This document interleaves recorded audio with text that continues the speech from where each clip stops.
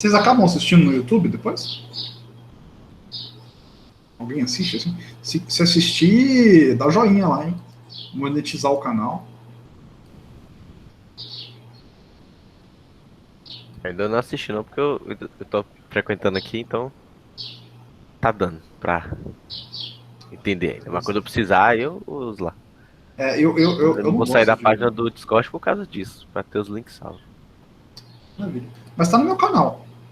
Eu vou te seguir, professor. Vou te seguir Siga agora. meu Vai. canal, toca o sininho, dá curtida. E aí tem que monetizar o canal. Vira membro, né, pessoa que tem live exclusiva. Tem que virar membro, fazer um Patreon, vaquinha. Tem gameplay, professor? Você faz gameplay? Não, não faço. Não faço. Podia fazer um tweet. Mas vamos começar. Ninguém tem dúvida da aula passada, né? Eu recebi umas dúvidas assim por mensagem, mas eu acho que aqui ninguém vai querer tirar dúvida, né? Futuro fake neto, muito bom. Então vamos lá. A aula passada, eu tinha falado de essencialmente geometria euclidiana, né? Geometria do plano.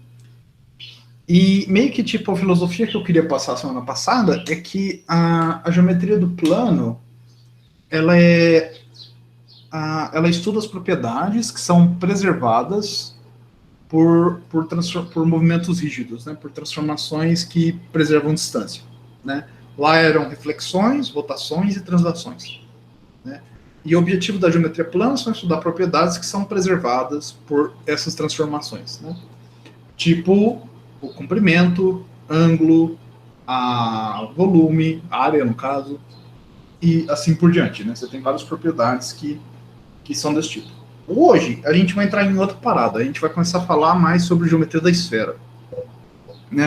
Só que a gente vai falar geometria da esfera misturando com números complexos, que eu acredito que vocês não estejam familiarizados. Eu acredito que vocês, em geral, estejam familiarizados com números complexos, mas eu não acho que vocês têm esse conhecimento da conexão entre números complexos e a esfera. Então é meio que isso que eu vou fazer hoje, provavelmente na próxima aula, que eu não acho que eu acabo hoje. Né? Então, vamos começar. A primeira coisa que eu falar é controverso, vai discordar dos professores de cálculo de vocês, é que o infinito e o menos infinito são números, né? Você pode pegar os números reais, aí você põe o infinito na esquerda e o menos infinito na direita, certo? E quando você faz as contas de cálculo, você tem o mais infinito e o menos infinito. O único problema é que você não pode fazer infinito menos infinito, que não funciona muito bem, né? Isso não está bem definido. É a coisa polêmico. Mas isso aí é para dar like. Então, quando você está trabalhando com cálculo, você tem a ideia do infinito e do menos infinito. Certo? E a ideia para você conseguir adicionar esses dois números a priori pode parecer estranho adicionar infinito e menos infinito, mas se você pensar nesse desenho aqui, se você pensar nesse desenho eu tenho um semicírculo, certo? Que eu posso parametrizar ele, se eu quiser, né? Ele é o círculo x² mais y menos 1 ao quadrado igual a 1, né? E tal que a coordenada y seja entre 0 e 1, incluindo 0. Certo? Então dá esse semicírculo aqui. Né? Quando você tem esse semicírculo, você pode fazer essa objeção. Assim. Oi. Você não tá compartilhando a tela. O pessoal falou que no chat já... Porra, mano, eu sou uma anta, né? Eu tava reparando que eu tava esquecendo alguma coisa. Ô, pessoal, obrigado aí. É tanto botão pra apertar. Tela 2. Desculpa, pessoal.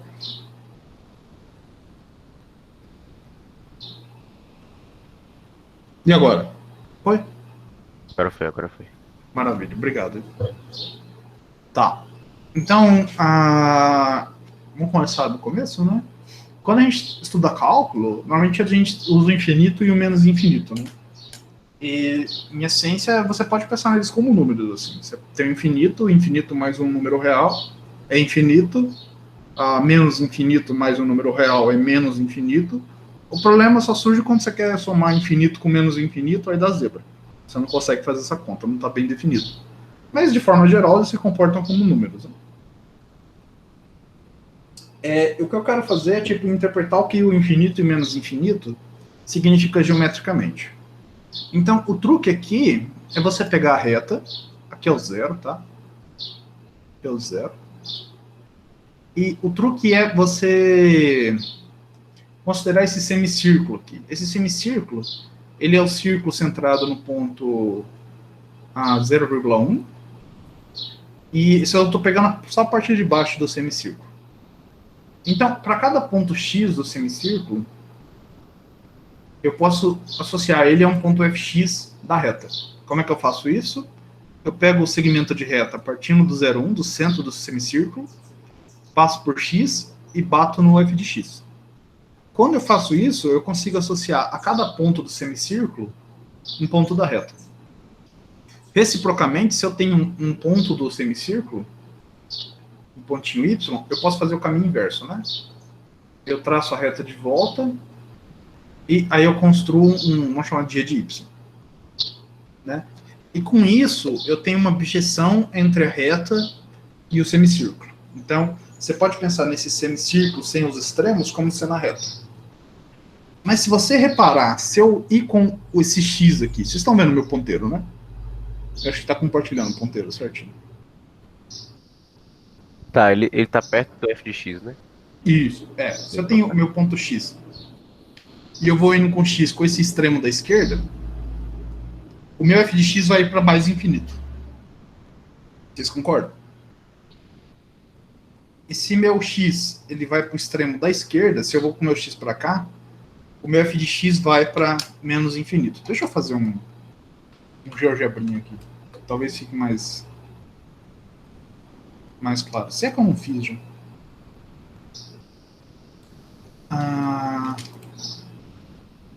Então, vamos pegar... Tem a opção de semicírculo? Tem a opção de semicírculo. Como é que eu faço um semicírculo? Não é assim que eu quero. Vou fazer um círculo mesmo.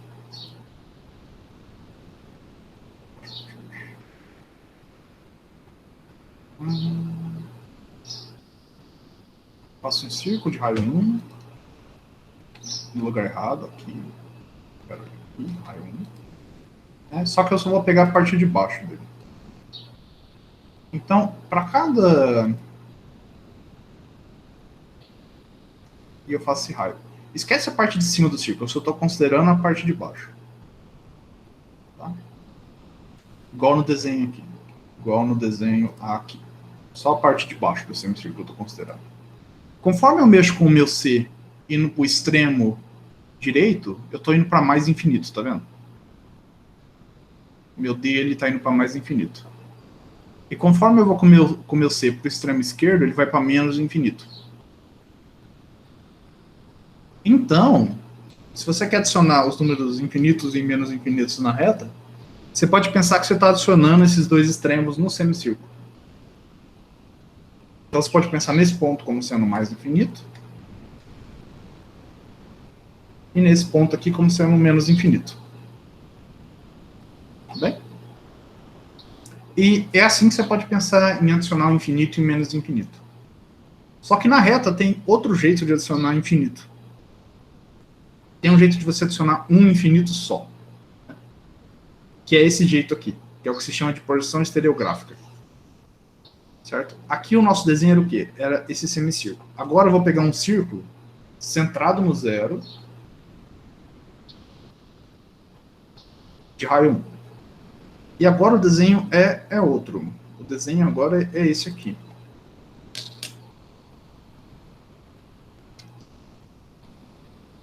O desenho agora é esse aqui. Para cada x no círculo, eu tenho um ponto y na reta. E para cada ponto y na reta, eu tenho um ponto x no círculo. Então, você tem essa bijeção entre a reta e o círculo tirando o polo norte. Certo? Se eu vou com o meu x em direção ao polo norte, meu y ele vai para o infinito. E se eu for com um x em direção ao polo norte pelo outro lado, meu y vai para o infinito também. Então, a gente pode pensar que o infinito da esquerda e o infinito da direita são o mesmo, né? O que quer dizer que, tipo assim, se você vai para o polo norte pela esquerda ou pela direita, o fato é que o seu y vai para o infinito. E só tem um infinito. O que você pode pensar é que, tipo assim, você tem a linha reta e você está adicionando um ponto no infinito. Se você vai pela direita ou pela esquerda, você sempre chega no infinito, né?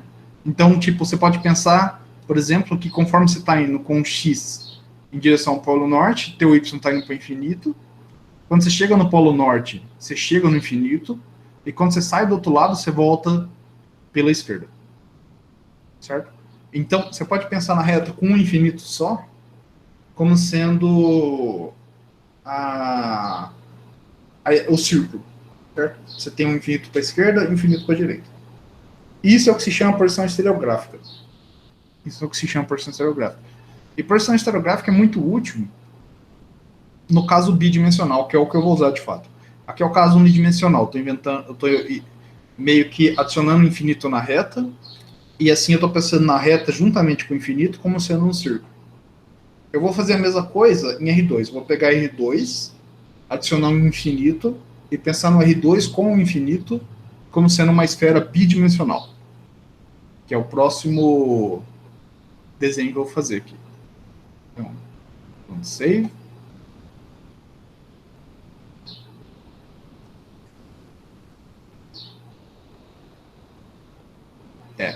Esquece esses... Deixa eu tirar esses círculos aqui por enquanto.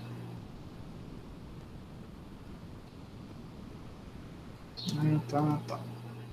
Então, agora eu vou fazer a mesma coisa no caso tridimensional. Eu tenho uma esfera. E o que acontece? Eu tenho o polo norte. Polo norte. Que é esse cara aqui, polo norte. Os pontos de cima. Dá um zoomzinho. Para cada ponto da esfera, que eu vou chamar de x, eu tenho um ponto no plano que vem dessa projeção. Eu venho do polo norte, passo pelo x, e eu corto o... Deixa eu dar uma giradinha. Eu vou cortar aqui. Eu vou chamar de y. Então, eu tenho meio que o mesmo desenho anterior. Para cada ponto da esfera, eu vou ter para cada ponto x da esfera, eu traço essa reta do polo norte passando pelo x, e esse ponto de interseção dessa semirreta com o plano z igual a 0 causa essa abjeção, que é entre a esfera menos o polo norte e o R2. Então, para cada ponto da esfera que não seja o polo norte, eu traço uma reta, essa reta corta o plano z igual a 0 num ponto que eu vou chamar de y. E esse mapa que leva x em y é o que se chama porção estereográfica. Só que esse aqui é o caso bidimensional, né? E esse é o que a função faz. Ela faz essa brincadeira aqui. Certo? Quando o meu x vai para n, o meu y, ele vai para lá. Tem alguma coisa errada nisso aqui. Ó, quando o meu x vai para infinito, vai para polo norte, o meu y ele vai indo para longe. Conforme mais perto de n o meu x está, mais longe meu y está. Então, o polo norte ele é o infinito do plano. Quando eu chego no polo norte, o meu ponto y vai para o infinito. Certo? E se meu ponto y vai para o infinito, então o meu x está indo para o polo norte. Então, usando essa mesma filosofia, a gente tem a mesma coisa no caso bidimensional. Para cada ponto da esfera, a gente tem um ponto do plano, E para adicionar o polo norte, a gente adiciona o infinito no plano. Tudo bem até então ou é muita brisa?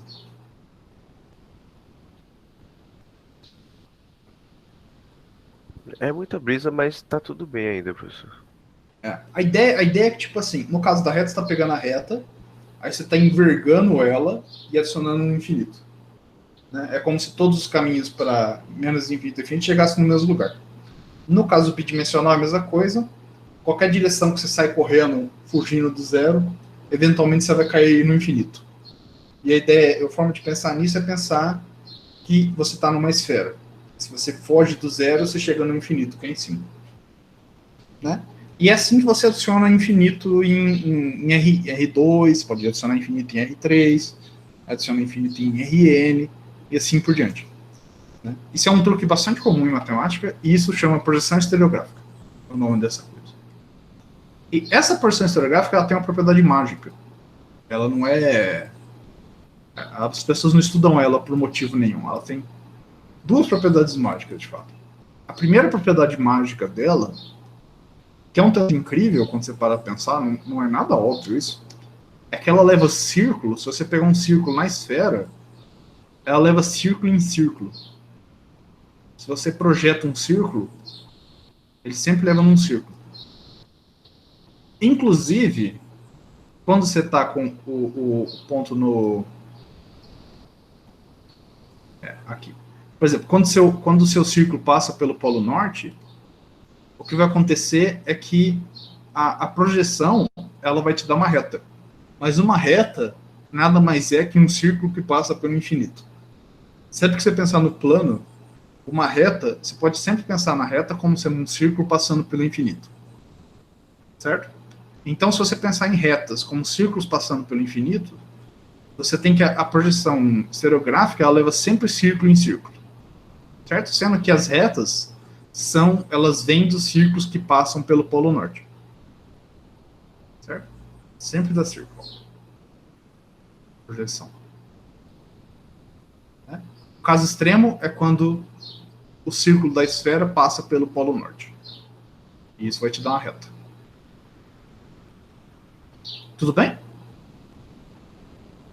É bem fácil ver que dá uma reta, porque, tipo, a projeção estereográfica aqui, você pode sempre pensar que o que é um círculo no... O que é um círculo na esfera? Você tem a esfera, você corta a esfera com um plano. Quando você corta a esfera com um plano, a interseção é um círculo. E todos os círculos da esfera, eles vêm de você intersectar a esfera com um plano. Certo? Então, círculos na esfera nada mais é que interseção de círculos e planos. A interseção da esfera com planos. E se você pegar esse plano aqui, né? Esse plano aqui te dá a porção estereográfica. Porque você vai ter cada ponto do círculo, você faz a projeção, e a projeção nunca sai desse plano. Então, no final das contas, a porção estereográfica de um círculo passando pelo polo norte te dá essa reta, que é a reta obtida pegando o plano que dá esse círculo e intersectando planos XY. É daí que vem essa reta. Mas o ponto é que... Meu ponto é que porção estereográfica preserva círculos. Isso não é óbvio, isso eu vou provar agora. Isso é tipo, absolutamente não óbvio. Eu não consigo ver de jeito elementar. Assim. Para mim, o único jeito que eu consigo ver isso é fazendo a conta mesmo. Pegar o círculo da esfera e fazer a conta. Que é o que eu vou fazer agora. Né? Por que eu quero estudar isso? Porque meu objetivo é estudar a geometria de círculos do plano. É estudar os círculos do plano. E os círculos do plano e os círculos da esfera, eles são a mesma coisa. Estudar círculos no plano e círculos na esfera é a mesma coisa. Então, às vezes é mais fácil traduzir o problema do plano para a esfera. E fica mais visível do que você está fazendo. E é meio que o que eu vou fazer. E dessa brincadeira de estudar círculos no plano, vão surgir duas geometrias que não são óbvias.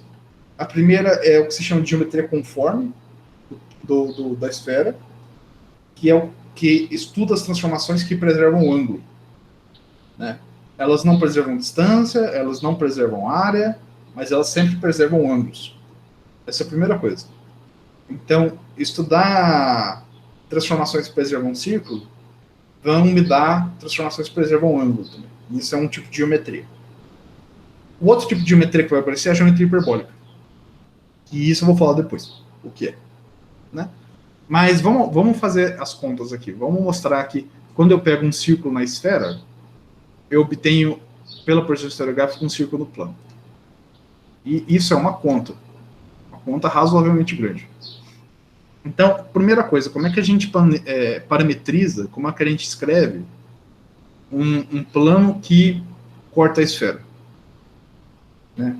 O truque aqui é o seguinte: você pega um vetor unitário na esfera, um vetor de comprimento 1, certo? E o vetor de comprimento 1, que você vai usar ele é para pegar o plano perpendicular a ele, certo? E eu vou querer que esse plano, então, deixa eu desenhar aqui num caso bidimensional.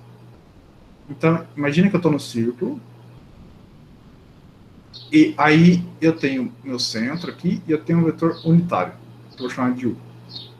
E eu quero parametrizar essa reta aqui, que é perpendicular. Né? Como é que eu parametrizo ela? Eu vou ter esse ponto aqui, ele é um KU, com o K menor que 1, maior ou igual que 0. Certo? Porque eu estou supondo que intersecta a esfera. Intersecta o círculo, no caso. Né? E como é que eu parametrizo isso? Se eu pegar um X aqui, né, o X aqui ele tem coordenadas x1, x2, eu parametrizo esse cara assim. X menos KU, que é esse vetor aqui, que vai de X, que vai de KU até X, e é X menos KU, esse vetor, ele tem que ser perpendicular a U. Esse é o produto interno, tá? E quando você faz a conta, você vai ter que X vezes U é igual a menos K U é igual a 0. Só que o meu UU é 1, porque eu estou pegando vetor unitário. Então isso aqui é K, né? E isso aqui é o produto interno. Isso aqui é U1 x1 mais U2 x2 igual a 0. Então a equação dessa reta intersecta o círculo, ela é dessa forma, com o K menor que 1, maior ou igual que 0, e com o U com norma 1. Então essa é a brincadeira. Então, retas que intersectam círculos são essas retas, com essas propriedades. Né? A mesma coisa você faz com a esfera. Certo? Com a esfera, você vai ter esse vetor apontando, perpendicular a ele você tem um plano, e esse plano ele vai intersectar num ponto KU, um K entre 0 e 1. Certo? Para você parametrizar o plano, você tem que x menos KU é perpendicular a 1. E você faz a mesma conta que eu fiz no plano, e você obtém essa equação. Certo? O meu U aqui é sempre unitário, é um vetor unitário, um vetor de comprimento 1. E assim você parametriza todos os planos que intersectam a esfera. E como círculos na esfera nada mais são que planos cortando a esfera, esses planos eles parametrizam todos os círculos. Todos os círculos vêm de planos assim. Certo? E assim que você faz essa brincadeira. Então, voltando ao nosso desenho, aqui, a gente já conseguiu parametrizar esse círculo aqui. Esse círculo aqui, ele é a interseção dessa equação com a esfera de raio 1. É isso aqui. É essa equação e essa equação. Certo? E agora eu quero projetar esse ponto para o ponto Y, o ponto no plano. Né? E como é que a gente projeta?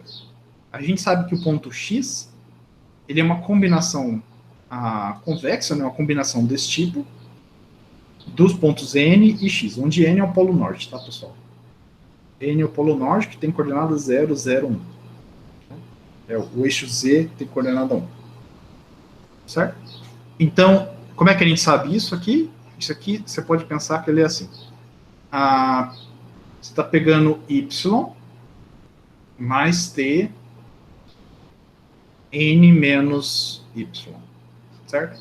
Quando você faz Y, N menos Y é esse vetor aqui indo de Y até N. E Y é essa base. Quando você faz Y mais T, N menos Y, você está escrevendo os pontos da reta. Isso aqui você pode simplificar dessa forma. Isso aqui vira Tn mais a 1 menos T, Y. Certo? É daí que vem essa combinação.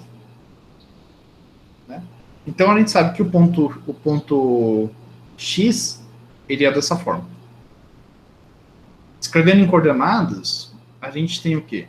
A gente tem que o x1 ele é isso aqui, o x2 ele é isso aqui, e o x3 é t. Certo? Simplesmente escrevendo IN é igual a 0,01 e que o y ele é da forma a y1, y2, e como ele é um ponto do plano, a terceira coordenada é 0. Certo? Quando você pega esses dois pontos e escreve nessa equação, você obtém que as três entradas de x são essas. Certo? Então, assim você escreveu o ponto x em termos do ponto y. Né? E agora, o que a gente vai fazer é usar essas equações para mostrar que os y e y2 satisfazem a equação do círculo. Né? E aí vem conta. Agora é conta, pessoal. Então a gente tem a primeira equação do círculo. A gente sabe que x1 ao quadrado mais x2 ao quadrado mais x3 ao quadrado é igual a 1. E usando essas relações aqui, a gente tem que 1 menos t ao quadrado, y1 ao quadrado mais y2 ao quadrado, mais t ao quadrado, é igual a 1. Eu simplesmente peguei essas equações e substituí aqui. Certo? Dessas equações você deduz isso. Como é que você deduz isso? Você tem isso aqui, 1 menos t ao quadrado, y2 ao quadrado, igual a 1 menos t ao quadrado. 1 menos t ao quadrado, ele se fatora como sendo 1 menos t, 1 mais t. Né? Aí você corta o 1 menos t, e você obtém que y ao quadrado, y2 ao quadrado, ele é igual a 1 mais t, 1 menos t. Bem? E com isso, a gente já tem relações entre y1 ao quadrado e y2 ao quadrado. Mas o que a gente quer obter é a equação do círculo no plano. A equação do círculo envolvendo y1 e y2. A gente não chegou lá ainda. Certo? Se você olhar aqui, você tem que... Essa fatoraçãozinha aqui, você tem que 1 mais t é igual a 1 mais t sobre 1 menos t, é 1 menos t embaixo, com 2 menos 1 menos t. O menos aqui, ele multiplica por menos, que dá o t, e o 2 subtrai do 1, que dá 1. Então, isso aqui é igual. E aí você pode cortar 1 menos t com 1 menos t, dá 2 sobre 1 menos t, menos 1. Certo? Só que a gente sabe que esse cara aqui é y1 ao quadrado mais y2 ao quadrado, pelo conta de cima. Né? Então, isolando o 2 sobre 1 menos t, a gente tem que 2 sobre 1 menos t é y1 ao quadrado, y2 ao quadrado, mais 1. E, portanto, 1 menos t é essa coisa aqui. E t, você pode isolar o t, t igual a 1 menos 2 sobre y ao quadrado, mais y2 ao quadrado, mais 1, que é igual a isso. Certo? Então, a gente conseguiu descobrir qual que é o t, né? No final das contas, o que a gente fez? A gente descobriu quem é o t que satisfaz essa identidade. Para qual t a gente tem que essa combinação Tn mais 1 menos Ty pertence à esfera, certo? Em essência é isso que a gente fez. A gente calculou qual que é o T que eu tenho que colocar aqui para escrever o X em termos do Y. Certo? Então, a gente tem o T. Ok. Então, a gente usando a equação da esfera, a gente deduziu o T. Agora a gente vai usar a equação do plano para deduzir a equação do círculo no plano y1, y2, né? Agora a gente vai usar essa equação do plano aqui para deduzir que a imagem desse círculo é um círculo, né? Até agora a gente só usou essa segunda equação aqui. A gente só usou essa. Agora a gente vai usar essa equação de cima aqui, né? Tá. Então a gente tem T e ok. Então vamos usar a equação do plano agora. A gente tem que o 1, x1, o 2, x2, o 3, x3 é igual a K. Usando que x1 é 1 menos T, y1, e x2 é 1 menos T, y2, a gente tem essa primeira parte. E usando que x3 é igual a T, a gente tem essa segunda parte aqui. Certo? E isso igual a K. E agora a gente tem o T explícito e a gente joga aqui no meio. A gente sabe que 1 menos T é 2 sobre y ao quadrado mais y2 ao quadrado mais 1. E a gente sabe que o T ele é y ao quadrado, y2 ao quadrado, menos 1 sobre y1 ao quadrado, mais y2 ao quadrado, mais 1. A gente passa esse divisor, o cara de baixo multiplicando, e obtém essa equação. Que é quase uma equação de uma esfera. De um círculo, desculpa. E, rearranjando os termos, a gente obtém isso aqui. Obtém essa equação. Certo?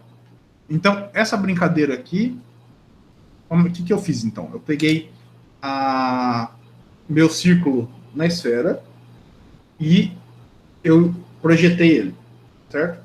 As coordenadas do meu círculo na esfera são x1, x2, x3, e as minhas coordenadas no plano são y1 e y2. Então, eu escrevi o que eu estou fazendo é mostrando que a imagem satisfaz a equação de um círculo, certo? E para fazer isso, eu estou usando as duas equações que definem um círculo na esfera.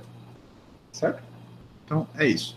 Isso aqui é praticamente a equação de um círculo já. Só falta analisar dois casos. O primeiro caso é se o 3 é igual a K. Se o 3 é igual a K, vamos voltar lá em cima. Aqui. Se o 3 é igual a K, então, se eu fizer x1 igual a 0, x2 igual a 0 e x3 igual a 1, essa equação é satisfeita, porque você vai ter 0, 0, o 3 igual a K, certo? Então, se eu supor o 3 igual a K, o ponto 0, 0, 1 está no meu círculo, certo? Então, vamos analisar o caso do 3 igual a K. Se o 3 igual a K, então o 0, 0, 1 é a solução dessa equação. E essa equação de cima, que é a equação que a gente deduziu, é a equação de uma reta. Porque o que vai acontecer? A parte quadrática desaparece. Esse termo vira 0, né? Então, isso aqui vira uma equação de uma reta, nesse caso. Vira 2, y1 mais 2, y2, u2, y2 igual a 2, u3. Certo? Isso é uma equação de uma reta no plano. Né?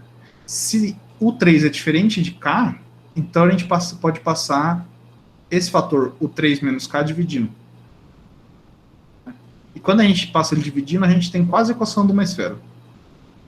Né? A gente fatora. Então, eu junto os y1s e elevo ao quadrado, né? Eu ponho isso aqui, y1 mais 1 sobre o 3 menos K. Isso aqui ao quadrado vai dar esse termo, mais esse termo, mais um termo extra, que é esse cara. E eu junto o y2 com o y2, formando esse termo quadrático, e vai aparecer esse fator de correção aqui. E esse cara da esquerda, quando eu faço a conta, eu somar, eu vou obter que esse cara da esquerda, ele é 1 menos k ao quadrado sobre o 3 menos k ao quadrado. Só que o meu k, ele é menor que 1. Então, esse número aqui é positivo, né? Então, no final das contas, a gente obteve a y1 mais o 1, o 3 menos k ao quadrado mais y2 mais o 2, o 3 menos k ao quadrado igual a um raio ao quadrado, onde r é a raiz quadrada de 1 menos k ao quadrado, o 3 menos k ao quadrado. Né? Então, nesse segundo caso, a gente obtém um círculo mesmo. Então, essa é a conta que se faz. Se você tem um círculo na esfera, a imagem desse círculo é um círculo ou uma reta, que é um círculo passando pelo infinito. Eu sei que não é uma conta simples, é uma conta razoavelmente complicada, não é uma coisa fácil de absorver. Mas eu queria fazer isso porque isso é importante, tipo, o fato de a porção estereográfica perder círculos, preservar círculos. Né? Então, porção estereográfica leva círculo em círculo. Certo? Além disso, uma coisa que eu não vou provar, que é verdade também, só que é mais complicado de provar, é que a porção estereográfica, ela não só preserva círculo, mas ela preserva ângulo também. Se você tem na esfera, você está na esfera, você tem duas curvinhas na esfera, e elas se intersectam no ângulo θ. Quando você faz a projeção, essas duas curvinhas vão virar curvinhas no plano. E a interseção dessas curvas vai ter o mesmo ângulo, vai ter o mesmo ângulo θ. Então, o que se diz é que a porção estereográfica é conforme. Significa que a porção estereográfica preserva ângulos. Certo? Então, a porção estereográfica tem várias propriedades mágicas, assim, que elas não são óbvias. Uma, ela preserva círculo, e outra, ela preserva ângulo. E, em essência, é isso que eu queria falar sobre porção estereográfica. Certo? Eu sei que essa conta é complicada. Se vocês tiverem dúvida com ela, vocês podem me perguntar detalhes depois. Mas ela é uma conta bruta. Você escreve as equações, sai fazendo conta igual um retardado, e eventualmente você chega nas respostas. Ela é tipo força bruta. Eu tentei pensar num argumento elementar, que usasse tipo assim, semelhança de triângulo, coisa assim, mas eu realmente não consigo pensar em um jeito. O porquê que o fato de levar círculo em círculo é óbvio. Deveria ser óbvio. Isso é uma coisa que me incomoda desde muito tempo, assim. Por que projeções estereográficas levam círculo em círculo? E eu não tenho uma intuição geométrica sobre isso. Eu sei que é verdade, porque eu fiz a conta, mas não é óbvio para mim o porquê disso. Né? O preservar ângulo também não. Eu não tenho uma intuição clara do porquê que preserva ângulo. Se alguém descobrir, eu sempre fico feliz de entender as coisas geometricamente. Mas como eu não entendo geometricamente, eu fiz a conta. Certo? Então, isso aqui eu queria falar de porção estereográfica. Certo? Então, resumo da ópera. A porção estereográfica, ela tem a função de você pegar o plano e adicionar o infinito. Essa é a razão pela qual se usa a porção estereográfica. Além disso, a porção estereográfica ela tem propriedades mágicas.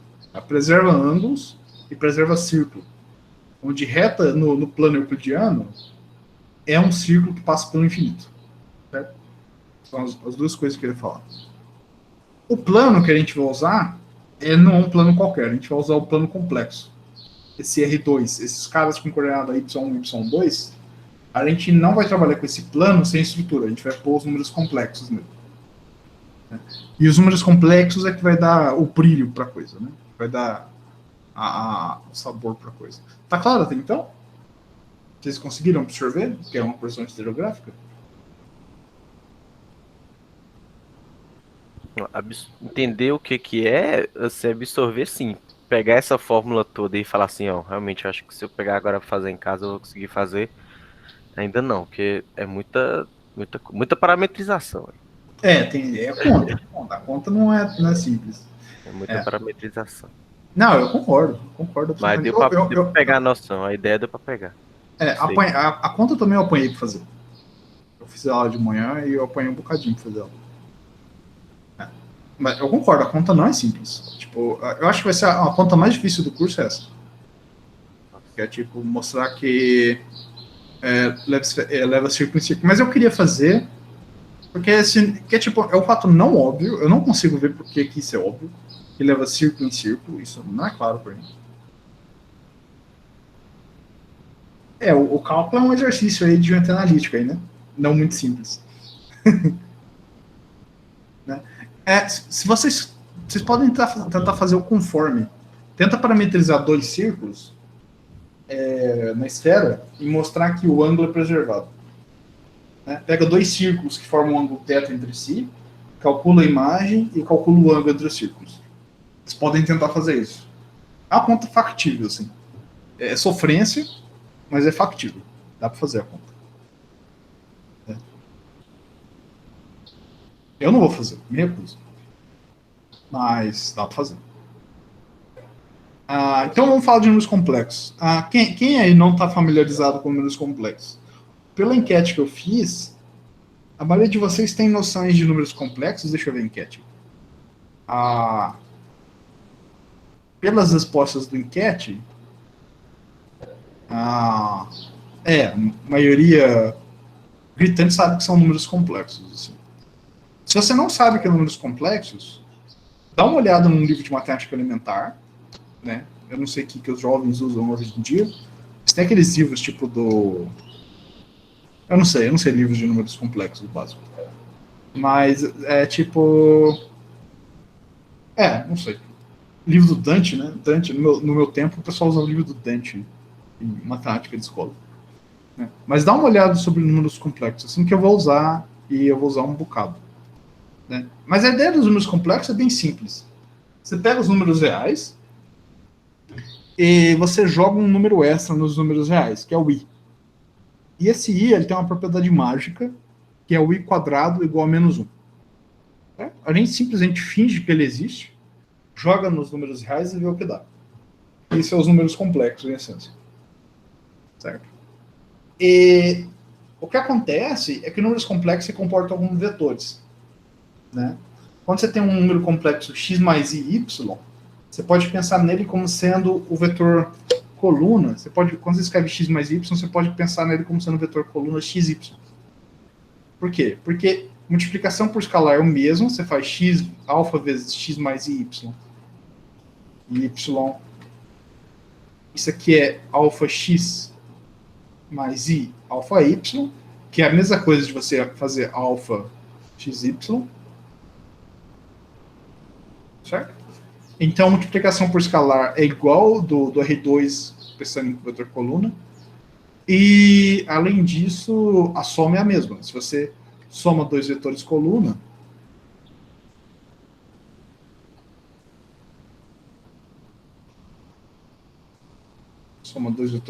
isso aqui é x1 mais x2, y1 mais y2, que é a mesma coisa que acontece com números complexos.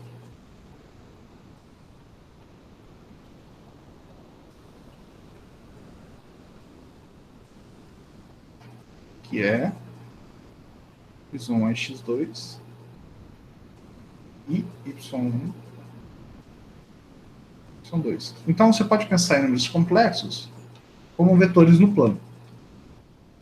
E é por isso que essa é uma das razões pela quais números complexos são úteis. É porque você pode fazer geometria com eles. Certo? Você tem multiplicação por escalar e você tem a soma. Então todas as coisas de geometria analítica você pode fazer com números complexos. Certo?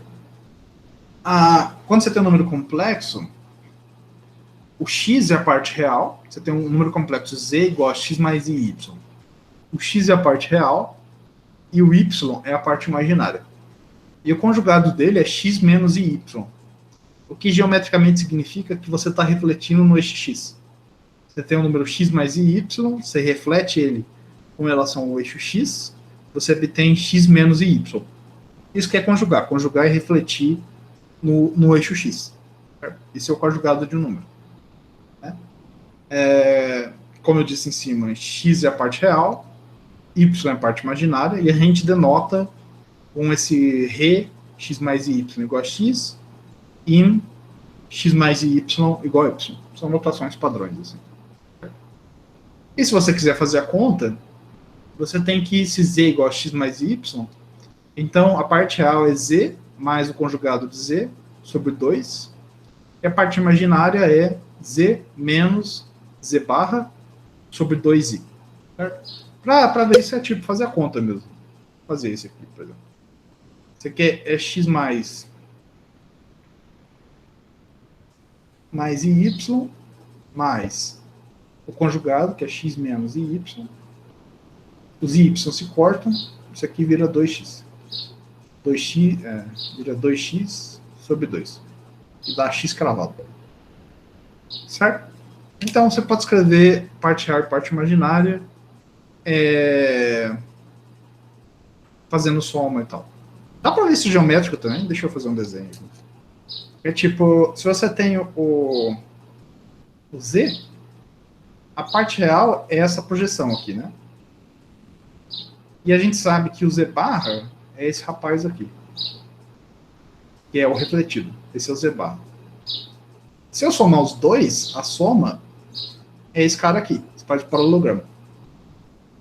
Certo? Então, esse cara aqui é z mais z barra.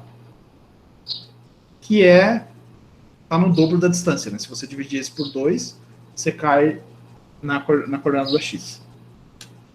Certo? Então, você pode pensar em parte real e parte imaginária assim, por desenho. E a mesma coisa com a parte imaginária.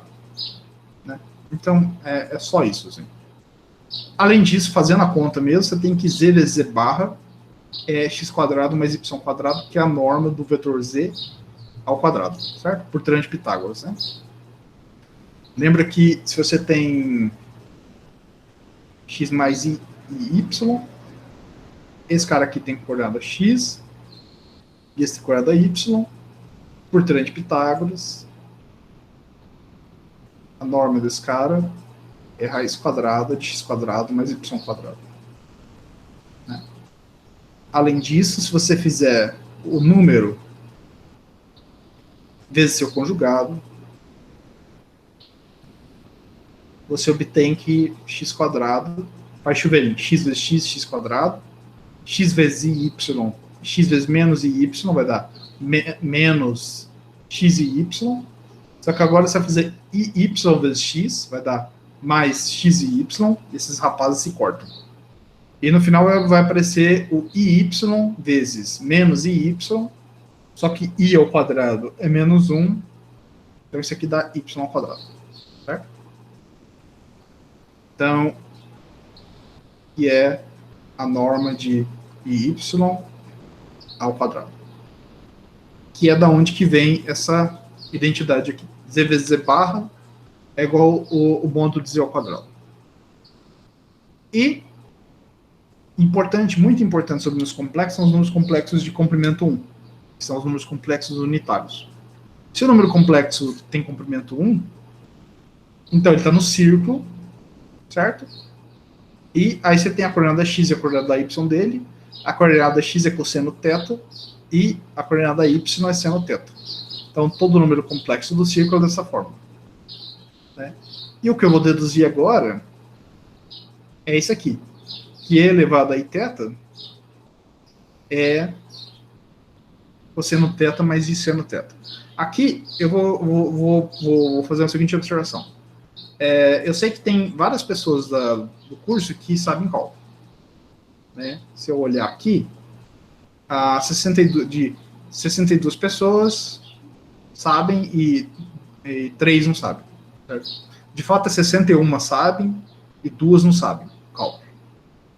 Porque eu votei nos dois, tá? Para criar a enquete. Então, a grande maioria de vocês sabem cálculo. Então, eu vou usar. Se você não sabe cálculo, simplesmente aceita que essa é a definição do elevado a iθ. Elevado a iθ, por definição, é cosseno θ mais i seno θ. Se você sabe cálculo, siga a prova a seguir. Né? Eu vou explicar o porquê que essa identidade vale. Do cálculo, a gente vê que tem essa função, que é o e elevado a x, E essa função, ela é dada em séries, como essa soma aí. Ela é 1 mais x sobre 1 fatorial, x quadrado sobre 2 fatorial, x ao cubo sobre 3 ao fatorial, etc. Que é a série do número e. Né? E elevado a x é essa soma infinita. Né? Que é a série de Taylor da função e elevado a x. Certo? Em particular, o número e, ele é x igual a 1, né? Sobre 2 fatorial, mais 3 fatorial, etc. Certo? Esse é o e. É o número e. Mas a gente sabe qual é isso aqui. E a gente pode simplesmente trocar o x por i elevado a θ. Certo? A gente põe o i elevado a θ e faz a conta. Você vai ter 1 mais i elevado a θ. Aí vai ter i θ ao quadrado, só que i ao quadrado é menos 1. Aí aparece o menos 1 aqui. Aí você vai ter i θ ao cubo, só que i ao cubo é menos i, porque tipo, você vai ter i vezes i é menos 1, vezes i menos i, certo? Então, i ao cubo é menos i, e por isso que aparece menos i θ ao cubo sobre 3 fatorial. Aí, no terceiro caso, você vai ter i θ tudo à quarta, só que i à quarta é 1, porque i ao quadrado é menos 1, vezes i ao quadrado, que é menos 1, isso dá 1. Depois você vai ter a quinta, i à quinta vai ser i à quarta, vezes i à quarta é 1, vezes i. Então apareceu mais i. E assim por diante. Então vai ser 1 mais i θ menos θ ao quadrado, menos i θ ao cubo sobre 3 fatorial, mais θ ao quarto sobre 4 fatorial, etc. E o que a gente faz? A gente reorganiza essa soma.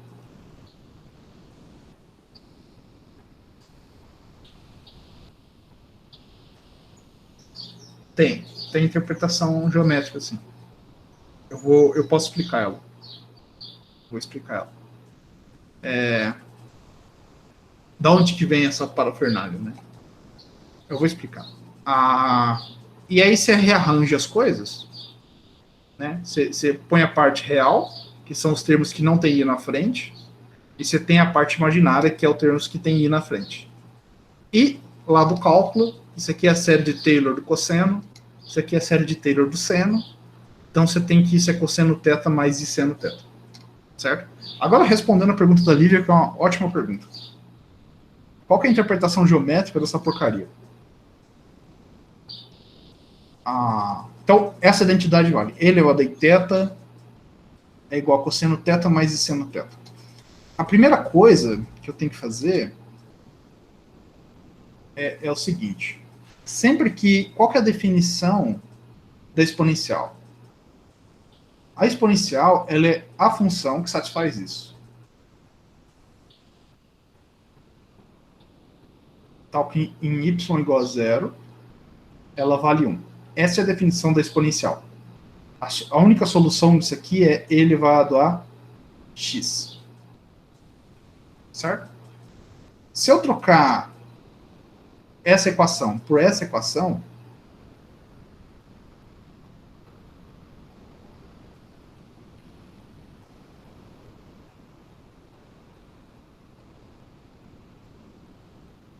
a única solução que satisfaz isso é e elevado a x. Tudo bem até então, Lívia? Então, o jeito meio que certo de pensar em exponencial é pensar como sendo, você tem essa EDO, essa equação envolvendo a derivada, e a solução, a exponencial, ela é a solução dessa equação. É a única solução dessa equação. O caso do e elevado a 80, ela é a equação que é a solução dessa equação aqui. Eu vou botar t no lugar agora. É y igual a 0. Igual. Da onde que vem... O que essa equação tem de significado geométrico? Imagina que você está parametrizando alguma coisa, você tem você quer tipo assim, você tem yt movendo no espaço, E a velocidade dele é IY. Né?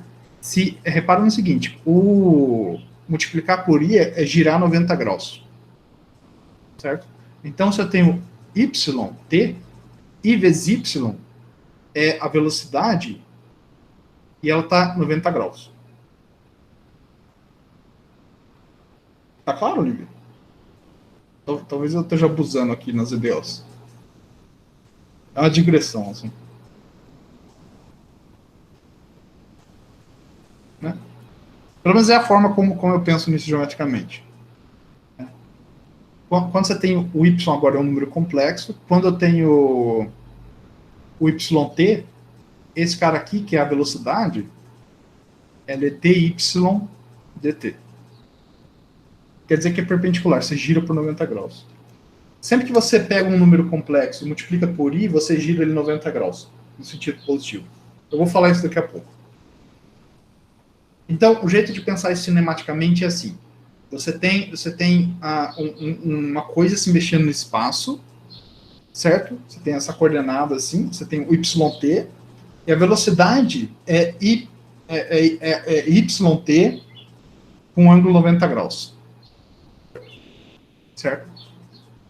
Então, a solução, se você resolver essa equação, você vai ver que ela é a parametrização de um círculo mesmo. Se você pegar yt como sendo cosseno t mais i seno t, isso aqui é o quê? Isso aqui está falando que você está girando com velocidade constante, e a velocidade ela é sempre perpendicular. A velocidade de um movimento rotacional com velocidade constante, ele é sempre perpendicular e a velocidade é proporcional. Né? Então, a equação cosseno t mais i seno t, ela naturalmente te dá esse fenômeno de você ter y e a velocidade ser iy. Certo? Então, esse cara é o candidato perfeito para isso. Né? Se você está num círculo de raio 1 e você está girando com velocidade constante, a velocidade é 1 também.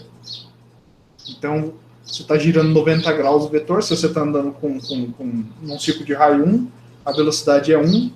Então, se você está na posição yt, a velocidade é i vezes yt. Porque multiplicar por i é rodar 90 graus. Então, é meio que daí que vem essa equação da exponencial. Esse é o significado geométrico. É o fato da velocidade ser a coordenada girada 90 graus. É daí que vem isso. Eu não sei se isso tipo, satisfaz sua resposta, mas é a forma como eu penso. Assim. Eu sempre penso em termos de EDO quando eu penso em exponenciais. A exponencial, ela é sempre a função que satisfaz essa equação. É dy dx igual a ay e y0 igual a 1. E ela tem a solução. No caso do a igual a i, você tem essa equação. Essa equação está te dizendo que a velocidade da minha partícula mexendo no espaço, ela é sempre perpendicular à posição e com velocidade proporcional à distância. A única equação que satisfaz isso é rotação no círculo com velocidade constante. Por isso que vem cosseno θ e seno θ. Acho que para quem tem mais conhecimento de mecânica, esse movimento rotacional seja intuitivo. Assim. Se isso me satisfaz, eu tenho... eu acho que essa é a minha intuição. Eu não sei explicar de jeito melhor de onde que vem esse I. Tá satisfeito, assim? Lívia, Marcos, como é que... Pelo menos é a forma como eu penso, assim. Eu penso em termos de velocidade, assim.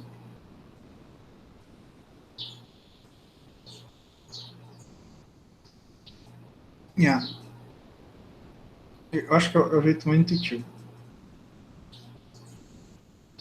Mas, tirar... você tá andando com uma partícula e a velocidade é perpendicular e proporcional à distância. É meio que essa a intuição. Mas eu vou explicar o porquê multiplicar por i gira 90 graus. Isso eu vou explicar agora. Então, bem, usando a expansão inteira, a gente tem isso aqui. Que o e elevado a i θ é cosseno θ mais i seno θ. Ah, maravilha. Se você não sabe cálculo, aceite isso como definição. Não é crime nenhum. Sim, aceite como definição. Inclusive, muitos livros de análise complexa definem o e elevado a i θ assim. Eu gosto de pensar na série, porque a série sempre resolve essa equação. Sempre resolve essas equações aqui. Elas são boas para resolver essas equações. Mas, tipo, se você não sabe cálculo, usa como definição. Né? E como toda boa exponencial, tem que satisfazer a regra do produto, né? Quando você multiplica dos exponenciais, o expoente se soma. Né? Então, vamos fazer a conta. A conta é essencialmente lei do seno e lei dos cossenos. Se eu faço e elevado a i alfa vezes e elevado a i beta, então isso aqui é cosseno alfa mais i seno beta. Isso aqui é cosseno beta mais i seno beta. Faço chuveirinhos. Cosseno alfa vezes cosseno alfa, dá esse cosseno alfa... cosseno alfa vezes cosseno beta dá cosseno alfa cosseno beta. I seno alfa vezes I seno beta dá menos seno alfa seno beta. Certo? Agora vem a parte imaginária.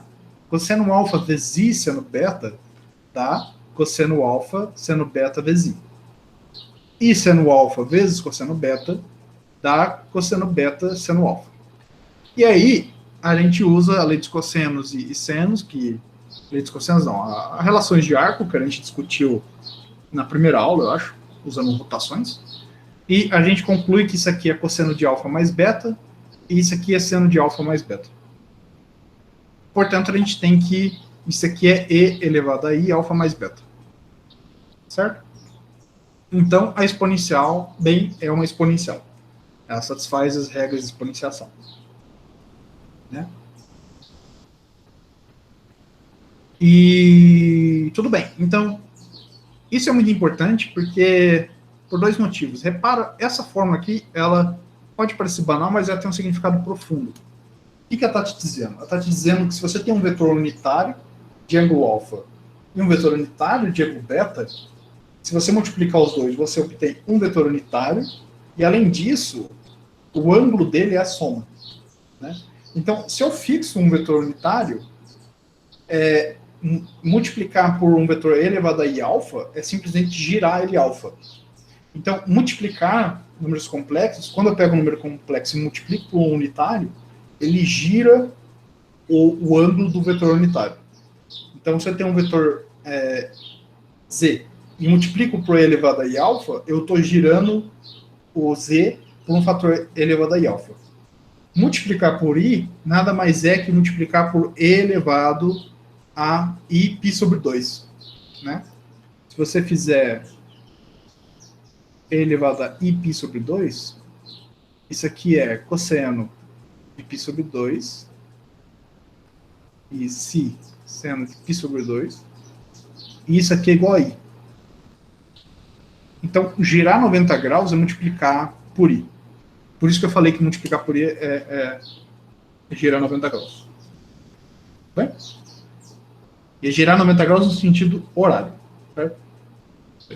Anti-horário, desculpa. No sentido contrário ao relógio. Dia 5. Bem? Tá claro o que eu falei então? Então, existem essas funções, que são z elevado a i θ, que são todos os números complexos unitários, e esse e elevado a i θ, ele se comporta realmente como uma... Ele se comporta realmente como uma exponencial, porque ele é uma exponencial mesmo. Se você pensar em exponencial em termos de EDO. Assim. Mas se você não sabe cálculo, usa como definição. Não tem nenhum crime nisso. Bem? Inclusive, eu escrevi um texto sobre polinômios, depois vou mandar sobre esse texto, onde eu provo que todo polinômio sobre os complexos tem raiz, tirando os polinômios constantes. Né? Todo polinômio não constante tem raiz sobre os números complexos. E a prova, ela envolve muito esses argumentos de multiplicação por número unitário e tal, E lá eu explico essas coisas. O e elevado a i θ. O e elevado a i θ se comporta como um exponencial. Né? Ele se comporta como exponencial porque quando você multiplica e elevado a i alfa vezes e elevado a i beta, isso dá e elevado a i alfa mais beta. Ou seja, os expoentes se somam. Né? É muito curioso que tudo isso que eu estou fazendo dá para fazer com quaternions. Né? Depois, se vocês quiserem, eu mostro. Assim. Eu não vou fazer no curso, provavelmente. Tá, mas para que serve essa bugiganga? Né? Por que você define esse elevado a i θ? Se você pega um número complexo não nulo, um z diferente de zero, isso. O elevado a i θ satisfaz as relações de exponenciação. Isso. Por isso que ele é um exponencial. Então, se eu tenho um número complexo, z, diferente de zero, eu posso fazer z sobre o comprimento de z. Posso z sobre módulo de z. Quando eu faço isso, eu obtenho um vetor unitário, né? Tem um vetor de comprimento 1. E como ele é um vetor de comprimento 1, existe um ângulo tal que z sobre módulo de z é elevado a i θ. Né? E, portanto, todo número complexo se escreve como sendo módulo de z vezes z elevado a i θ. Certo? Isso é o que o pessoal chama de quadrada polar. Se o z é zero, a fórmula continua sendo válida. Porque, tipo, o módulo de z é zero. O único problema é que não tem um ângulo bem definido. Mas isso não é muito problema, porque não importa o θ que você coloca, se o módulo de z for zero, o z é zero. Certo? Mas, tipo assim, supondo que z é diferente de zero, o ângulo está bem definido, unicamente determinado, então você tem que z igual ao módulo de z elevado a i θ. E é o que o pessoal chama de coordenada polar, né? Coordenada polar é você escrever em termos do raio e do ângulo. Tudo bem? Que é o que está acontecendo. Né? Isso aqui é tipo uma curiosidade, né? Se você faz elevada a iπ, você tá o quê? Você tá... Esse cara aqui, ele é o quê? Ele é esse vetor aqui. Está girando ele π, 180 graus. Então, e elevado a iπ é menos 1. Certo? Isso aqui é menos 1. Menos 1 mais 1 é 0. E isso aqui vocês já devem ter visto tatuagem, vocês já devem ter visto coisas do tipo, que é o que se chama de identidade de Euler, forma de Euler, que é e elevado a iπ mais 1 igual a 0. A razão pela qual o pessoal curte essa fórmula é muito simples. Ela envolve os principais números da matemática. Né? Envolve o e, que é o número mais importante, se não do cálculo e da análise, etc. O π, que também é um dos mais importantes do cálculo, estatística, etc. Geometria, né? O 1, que é a unidade dos números reais, né? Tem propriedades importantes, né? Que é tipo 1 vezes qualquer coisa é qualquer coisa, é a coisa que se multiplicou, né? E o 0, que é o elemento neutro da adição. Se você soma 0 a qualquer coisa, você não muda, certo? Então, essa fórmula, ela envolve todos os números importantes da matemática. Envolve o e, o i, o π, o 1 e o 0. Então, muita gente acaba tatuando isso aí. Eu já vi tatuagens desse tipo assim. Que é a forma de Euler. Só chama de forma de Euler. Né? Tá. Então, a moral da história, a razão pela qual a gente usa o elevado a θ é simplesmente para escrever em coordenada polar.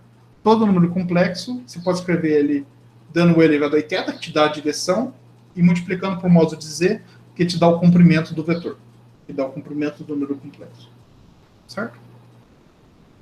E agora fica claro o que é multiplicação. Se você pega dois números complexos, z igual a módulo de z elevado a i alfa e w igual a w elevado a i beta, se você multiplicar eles, os números reais se multiplicam, então os comprimentos se multiplicam e os ângulos se somam, porque e elevado a i alfa vezes e elevado a i beta é e elevado a i alfa mais beta. Certo? Então, existe esse moto, que é multiplicar número complexos é multiplicar os comprimentos e somar os ângulos. Certo? Isso é uma coisa muito importante de se guardar na vida, assim. Por que está multiplicando? Não, onde? Aqui na... Desculpa. Isso. Tipo, aqui eu estou pegando um Z que não é unitário, então o comprimento do Z não é 1. Certo? Se o comprimento do Z fosse 1, ele seria elevado a I-alfa. Mas como ele não necessariamente tem comprimento 1, ele é a direção, que é elevada a I-alfa, vezes o comprimento, que é o módulo de Z. Certo? Então, todo vetor ele é dado pela direção e pelo comprimento, pelo fator de dilatação, até você atingir o comprimento dele. Tudo bem? Maravilha.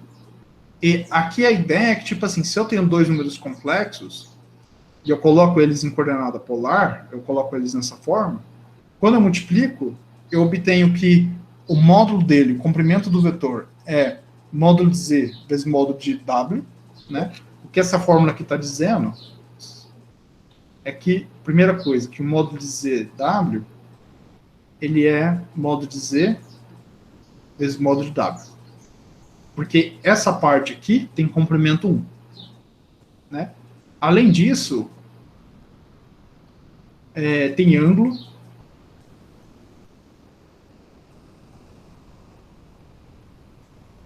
Alfa mais beta. Né? Moral da história, multiplicar dois números complexos é multiplicar comprimentos e somar ângulos. Certo? E por isso que números complexos é muito bom para fazer geometria, porque você consegue fazer rotação simplesmente multiplicando, usando multiplicação usual. E é o que eu vou falar agora. Né? Se eu tenho um vetor Z, número complexo Z, para eu girar ele um ângulo θ, eu simplesmente faço E elevado a θ vezes Z.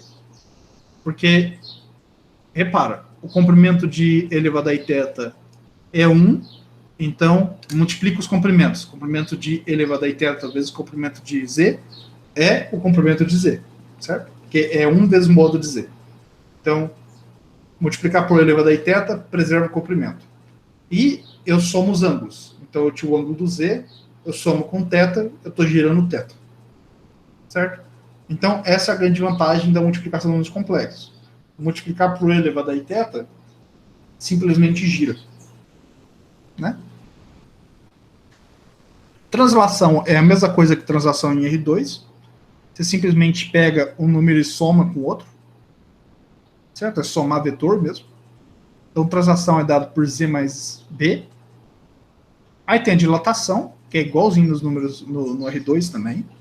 No R2 a gente tem que, se você tem um vetor Z e um escalar real positivo, a dilatação ela é dada por multiplicar por alfa. Ele dilata o vetor. Dilata tudo, né? Dilata o espaço todo. Né? E tem o que eu vou chamar, não é um nome técnico, eu não sei se tem um nome técnico para isso, mas eu vou chamar de rotodilatação, que é quando você pega um número complexo e multiplica por um número complexo arbitrário. Um número complexo arbitrário A, você pode escrever ele como sendo módulo de A vezes E elevado a θ. Então, quando eu faço AZ, eu estou fazendo dois procedimentos. Eu estou girando ele θ e dilatando ele A. Então, eu estou fazendo uma rotodilatação. Ele gira e dilata ao mesmo tempo. Então, multiplicar por número complexo é girar com dilatação. Tudo bem? Aí tem a inversão, que é mais complicado, eu vou explicar depois o que é. Mas, em essência, o que a inversão faz é isso aqui. Ele pega inversão é tipo, leva Z em 1 sobre Z. Certo? Então, se você tem Z igual a módulo de Z elevado a θ, então 1 sobre Z é 1 sobre módulo de Z elevado a menos Iθ. Aqui eu estou usando um fato que é o seguinte. Como E elevado a Iθ vezes E elevado a menos Iθ é igual a 1, então E elevado a menos Iθ é 1 sobre E elevado a Iθ. Né? Que é igual a qualquer coisa em número, né? Que é tipo x vezes x menos 1 é igual a 1. Né?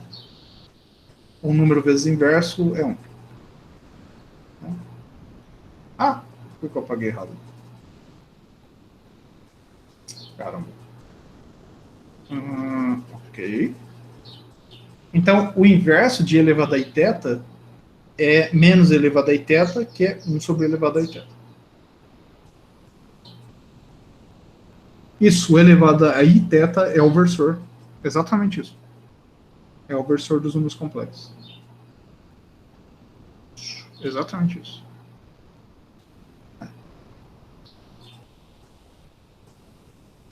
Então, o que isso aqui faz, geometricamente? Ele pega um vetor z e ele manda pro vetor 1 sobre z, que ele tem comprimento que é 1 sobre módulo de z, só que em vez de ele girar θ para cima, ele gira θ para baixo. Então, ele é refletido, assim. Meio que você está dilatando um fator 1 sobre módulo de z e refletindo para baixo. Esse é isso que faz a inversão.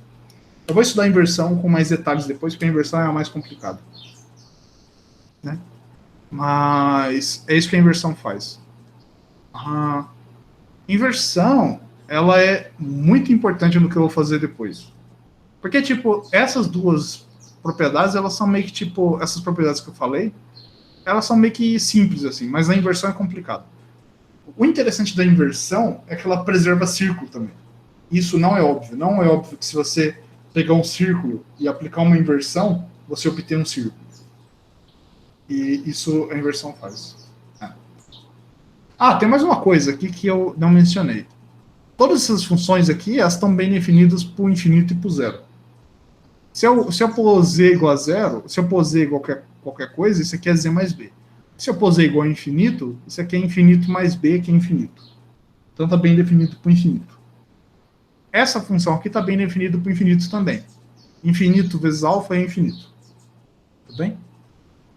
Ou seja, se você faz o z ir para infinito, então alfa z vai para infinito também. Lembra que só tem um infinito aqui. É o infinito dos números complexos. Tudo bem? Se eu giro, é a mesma coisa. Se eu faço uma rotodilatação, se eu mando z para infinito, o az vai para infinito também. Certo? Então, isso aqui leva infinito para infinito. A inversão é a que é diferente. Se eu vou para zero, se eu estou indo em direção a zero por z, o meu 1 sobre z está indo para infinito. Certo? Então, a imagem de zero é infinito. Né? Que é 1 sobre zero é igual a infinito. Como vocês sabem do cálculo. Certo? 1 sobre zero é igual a infinito. Quando o meu z vai para zero, a imagem é infinito. Quando o meu z é infinito, a imagem é zero, porque 1 sobre infinito é zero. Tudo bem? Então, a inversão, ela leva zero no infinito, infinito no zero. Tudo bem? Então, todas as funções aqui, elas não estão definidas nos números complexos, mas elas estão definidas nos números complexos juntamente com o infinito, que, usando a porção estereográfica, é a esfera. Então, você pode pensar em todas essas funções como funções da esfera, não só funções de números complexos. Certo? E a inversão, ela é mais clara na esfera. Eu vou explicar ela depois na esfera. E tem mais uma operação que eu esqueci de falar, que é a conjugação, que é a mesma coisa, ela leva de infinito a infinito. Se o z vai para infinito, z barra vai para infinito também. Certo? Alguém está incomodado com os infinitos, com o infinito ainda? Infinito é número, pessoal. Infinito é número. As pessoas ficam falando que infinito não é número, isso é bobagem. Menos infinito ao quadrado é infinito, todo mundo sabe. É muita polêmica para uma aula só, velho. Muita polêmica. Menos infinito ao quadrado é infinito. Como é que Infinito ao quadrado. Número, professor? Não pode, professor. A gente aprendeu no cálculo que não é número. Número cravado, dá infinito cravado. Redondo. Não. Infinito menos infinito é infinito, professor. Infinito menos infinito é zero. Cravado. Infinito. Infinitos são diferentes. Não, mas aqui vale a brincadeira porque a gente só tem um infinito. Então aqui as coisas estão meio... Se você se incomodar com a ideia de infinito, pense em termos de limite. O que eu estou falando quando a função aplicada em infinito é zero? Eu estou falando que quando você manda o z para infinito, o meu 1 sobre z é zero, vai para zero. Né? Se você estiver desconfortável com substituir infinito na fórmula, o que eu sem dúvida vou fazer, mas se você estiver desconfortável, troca o infinito por um limitezinho e aí você vai ser feliz. Assim. Mas isso aí é tipo a bicicleta com rodinha, sabe? Você usa o limite assim, mas com o tempo você tira a rodinha e você já começa a cortar infinito, tal. Funciona. Mas se tiver incomodado, pode usar limite. Assim. Mas aí no caso vale só para esse caso que você tá falando, né? Que os infinitos são os É, mesmos, né? isso. Aí a gente pode falar que eles são iguais. Isso. Eu vou só trabalhar com funções desse tipo, praticamente. Que são transações, rotações, reflexões e tal. E composições delas, né? Eu vou trabalhar com só essas funções e as composições delas. E aí, fazer conta com o infinito funciona maravilhosamente bem. Se eu começasse a considerar polinômios tipo z ao quadrado, 1 sobre z ao cubo, aí pode dar dúvida, aí você pode criar problemas. Mas como eu só vou trabalhar com funções que só dependem de z e não de potências, né? Não vai dar problema. Tá. Deixa eu ver o que eu vou falar agora. Vou falar mais uma coisinha, que é mais uma curiosidade, que responde, de certa forma, uma pergunta que me fizeram ano passado. Semana passada, não ano passado. Então, até então a gente falou números complexos, rotações, etc. E tem esse fato aqui que é tipo assim, se você tem dois números complexos, U e V, que tem coordenadas U1 e U2, V1 e V2, então você pode fazer U barra vezes V. Você faz o conjugado de U vezes o V. Quando você faz isso, você faz a conta, o que você vai obter é que tipo, a parte real desse produto é o produto interno, e a parte imaginária é a área. Então, da multiplicação dos números complexos, somente, a gente tira todos os invariantes básicos, as propriedades básicas da geometria plana, que é o produto interno, que mede ângulo, e o produto edge, que mede área, que a gente definiu. Então, daqui que vem aquela fórmula que eu falei na aula passada, que é tipo assim, o produto interno... Eu comentei no Discord isso. O produto interno de U e V é a parte real de U vezes V. E o produto edge, que é a área, né? O produto de área lá, ele é a parte imaginária de U vezes V. Conjugado. Né? Isso aqui é bem interessante, porque responde a pergunta que me fizeram no Discord. Quando eu faço isso com os números complexos, agora acabou a aula, assim, uma digressão. Assim. Quando eu faço isso nos números complexos, eu obtenho as operações de R2, certo? Eu obtenho o produto interno de R2, etc. Quando eu faço isso com quaternions, que vai ser em dimensão 4, eu vou obter o produto interno dos quaternions e eu vou obter um produto que é tipo produto vetorial também. Deixa eu abrir aqui, que eu tenho isso em algum lugar. Mas é que, tipo assim, o que eu queria falar é que tem essa ideia de produto interno e produto vetorial saírem do produto de números complexos. A mesma coisa acontece com quaternions e a mesma coisa acontece com octônios. E é exatamente o mesmo tipo de argumento. Você faz a multiplicação de um número vezes conjugado e o produto interno e o produto vetorial saem dessa forma. Mas é tipo...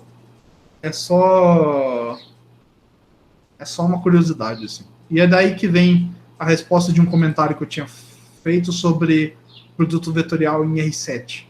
Que eu tinha comentado, assim. Mas é só uma digressão, não tem nada a ver com o assunto.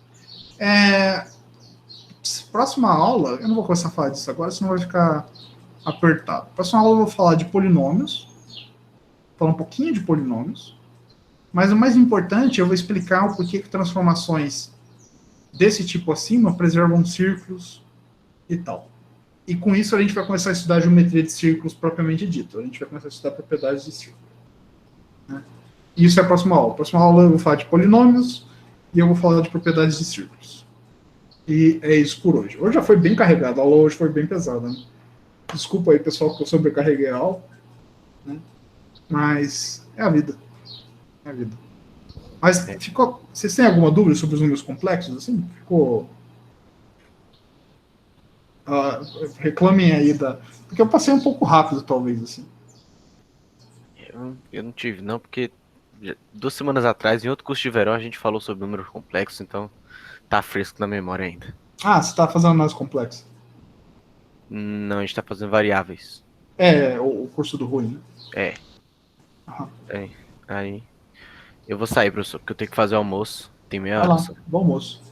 Bom dia pra todo mundo aí até quinta-feira. Quinta, né? É, quinta-feira. Até quinta. Valeu! Pode fazer pergunta, Marcos. Fica à vontade de fazer pergunta, pessoal.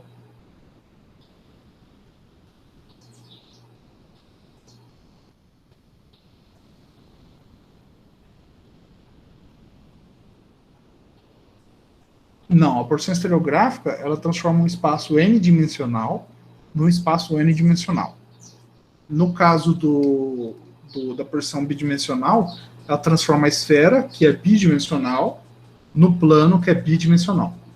No caso da reta, ela leva o círculo na reta, que é unidimensional e unidimensional. A porção estereográfica preserva a dimensão. Preserva a dimensão. Senhor, tá me ouvindo? Tô te ouvindo, tô te ouvindo. Tá, então. Eu não entendi muito bem. O senhor pegou. A esfera, ela é tridimensional, né? A esfera é bidimensional. A esfera. A esfera é a casca, né? Ela é bidimensional. O que é dimensão? Né? Dimensão é os graus de liberdade que você tem para mexer, né?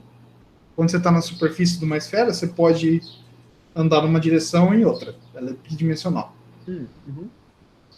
Né? Por causa disso. Tridimensional fosse se incluísse o interior, né? Se ela fosse cheia, né? Você está considerando só a casca, então. Só a casca, é só a casca. Tá, entendi. Não, se você considerar o interior, aí não funciona. Pode reparar que aqui, ó, no meu desenho aqui, o círculo só está pegando pontos da casca, tá vendo? Uhum. Esfera é a casca. Quando se fala a esfera juntamente com o seu interior, você usa a palavra bola. Matemática. Ah, tá bom. Bola. E é a mesma coisa para circunferência lá, né? Lá o grau de liberdade é 1, então ele conserva a dimensão. Uhum. Mesma dimensão. Até porque é invertível, né? Porque, tipo, imagina que, tipo, qualquer deformação bidimensional que você faz aqui, ela gera uma deformação bidimensional na frente, né? Se você tem 2 graus de liberdade aqui, você tem 2 graus de liberdade na imagem, porque ela é 1 para 1, né? Ela leva um ponto num ponto e você consegue voltar, né? Então, tem 2 graus de liberdade e 2 graus de liberdade. Uhum. Valeu. Bem? Maravilha. E é isso, mais dúvidas? Deixa eu ver.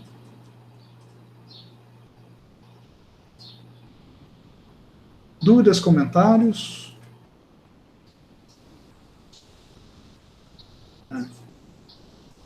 É uma coisa muito interessante que... Deixa eu acabar o... Né? Então, até quinta, pessoal. Mas eu queria falar uma coisa que eu acho interessante. Que é tipo assim, durante... O pessoal descobriu os números complexos lá,